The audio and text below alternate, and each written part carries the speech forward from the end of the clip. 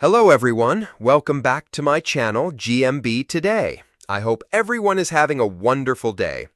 The Chase viewers were left unimpressed following a player's decision to take the lowest offer from Paul Sinha. The Chase viewers were on the brink of turning off their TVs after a contestant opted for the lowest cash offer. The ITV quiz show, hosted by the much-loved Bradley Walsh, returned with a fresh episode on Monday, 31st March. Bradley greeted contestants Daniel, Bobby, Nicola, and Adam, each aiming to bag some cash for various personal goals, from family visits to starting a new family. They squared off against Paul Sinha, also known as the Sinnerman, in hopes of securing a win. Daniel was first up to face the Chase and impressed with his knowledge. But when he chose to accept Paul's modest offer of £1,000 over a possible £6,000, viewers were not impressed. Disgruntled fans took to social media to vent about Daniel's conservative choice, with many feeling he had the chops to go for more. Yet another week of pussies ruining it and going low early. I've switched it off already. What's the point in waiting nearly half an hour now to see them all play for around 8K in total? Even Flog It looks appealing to watch now, and starting in a min. Hashtag the Chase, one viewer fumed. Another chimed in, teams are normally influenced by the first player. How can you do that? What's the point of getting in the Chase? Winning 6K to go low. Should be ashamed of himself. Hashtag the Chase. Some fans even called for the show to eliminate the lower offer option, with a viewer commenting, "It's become so boring. Just get rid of the low offer. Hashtag the Chase."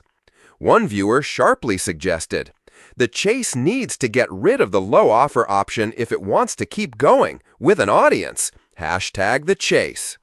Daniel triumphed his way to the final round with £1,000 in hand, while teammates Nicola and Bobby were not so lucky, bowing out early, reports Bristol Live.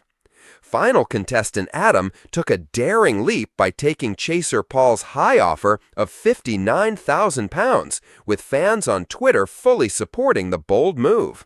Tweets flooded in with encouragement, as one fan said, "Hashtag the Chase, take the 59K, 'cause you ain't got nothing to lose," while another added, "Yeah, go high, hashtag the Chase," and yet another chimed in with support saying, "Come on, Adam, hashtag the Chase."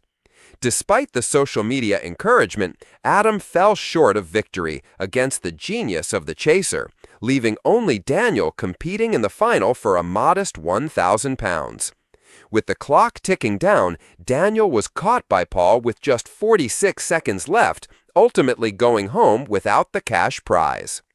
The Chase has never been short of drama, but one recent episode left viewers so baffled by a contestant's decision that many claimed they were ready to switch off their televisions in frustration. It all began with an otherwise ordinary Monday evening.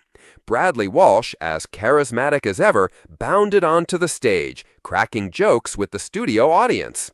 The contestant lineup promised a lively mix of personalities, ranging from a retired teacher with a penchant for Shakespeare to a young tech whiz who admitted he'd revised with YouTube quizzes and pizza. But it was Claire, a 32-year-old marketing executive from Manchester, who would end up becoming the focus of the night's controversy. Claire's cash builder round went smoothly.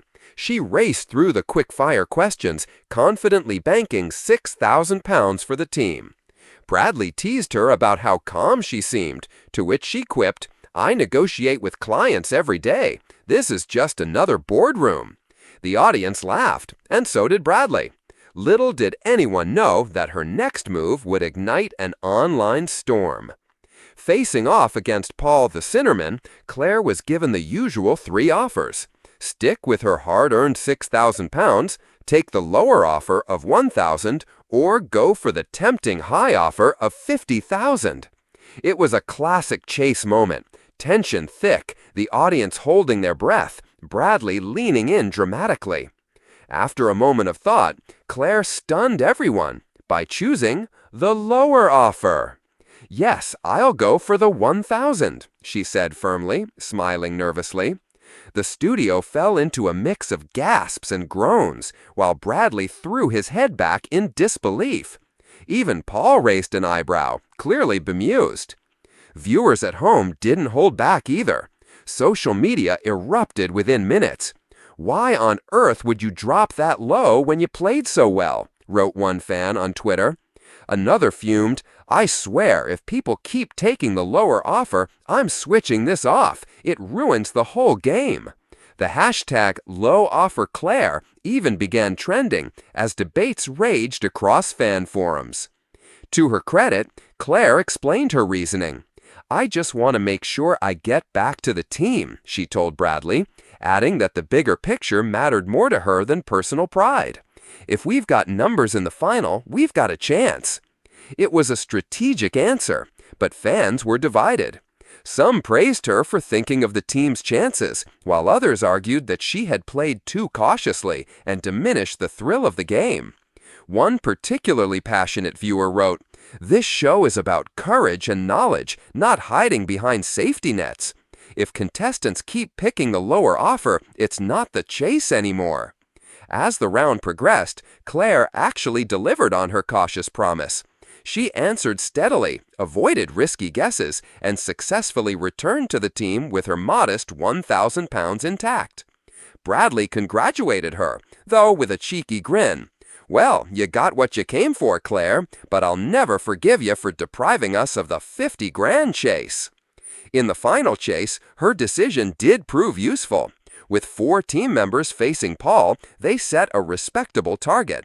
But in a cruel twist of fate, Paul powered through and caught them with seconds to spare. The loss stung, and some fans speculated that the extra £50,000 might have boosted the team's spirit enough to play bolder.